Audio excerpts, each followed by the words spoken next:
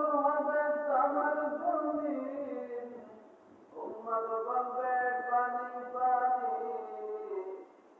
আমার নবী সারা পানি দেওয়া সাধু করুণায়,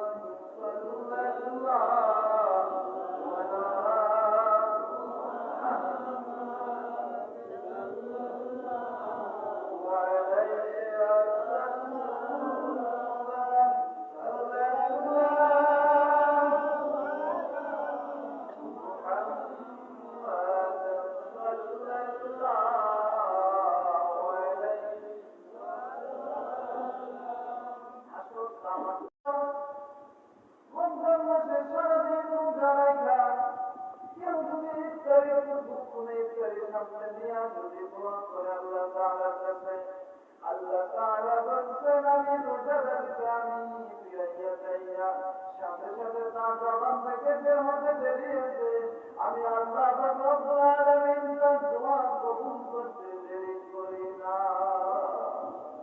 মুসলমান জোরে বলেন কুসুমার কতক্ষণ হয় ইফতারের সামনে দিয়া, কেন ইফতারের সামনে দিয়া আল্লাহ তাআলার কাছে দোয়া করবেন, আল্লাহ দেখে বান্দা সারাদিন রোজা রাখছে কিন্তু ইফতারের সামনে নিয়ে বসে আছে, খায় না, আগামী বর্ষায় আছে ডাইনে বর্ষায় আছে, বান্দা তবু খায় না।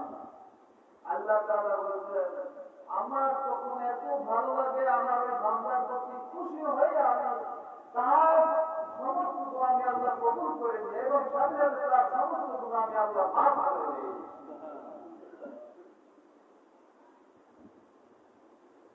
রমজান মাসে এত ফজিলত,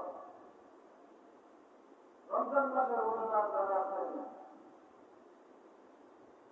এই রোজাদার যারা আছেন মুখে একটু দুর্গন্ধ হয়ে গেলে না, আমরা একটু দুর্গন্ধ দেখি না, কিন্তু হাদিসের পরিবেশে আছে এই মুখে রমজান মাসে যারা রোজা রাখেন মুখে দুর্গন্ধ জান্নাতে যে সুগন্ধি আছে,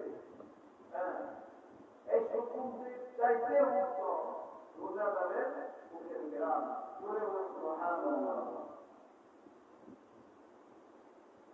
জান্নাতে যে সুগ্রাম আছে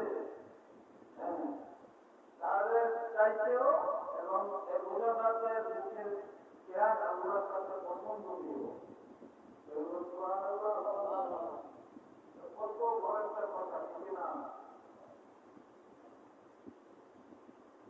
এই যে মুখের গ্রামটা সেদিন যেদিন জান্নাতে চলে যাবেন, জান্নাতে যদি কেউ যান এই মুখের গ্রামটা জান্নাতের সুগ্রাম আল্লাহ বানিয়ে দিবে। সুবহানাল্লাহ।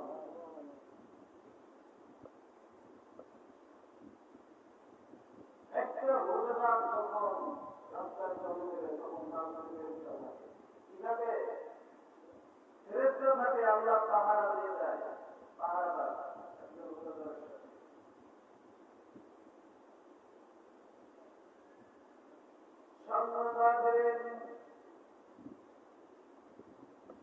এই মাহে রমজান আল্লাহ রব্বুল আলামিন আমাদেরকে দিয়েছেন, আমরা পেয়েছি আগামী বছর পাবো কি পাবো না, কোন গ্রান্টি আছে বলেন? কোন গ্রান্টি আছে?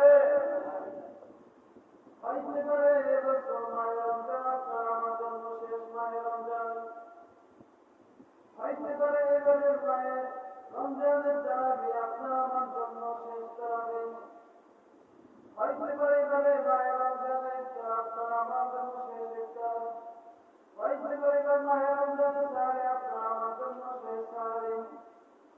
কোনো কিছু গ্রান্টি নেই, হইতে পারে সামনেবার আপনার কবর শুনে যেতে পারি,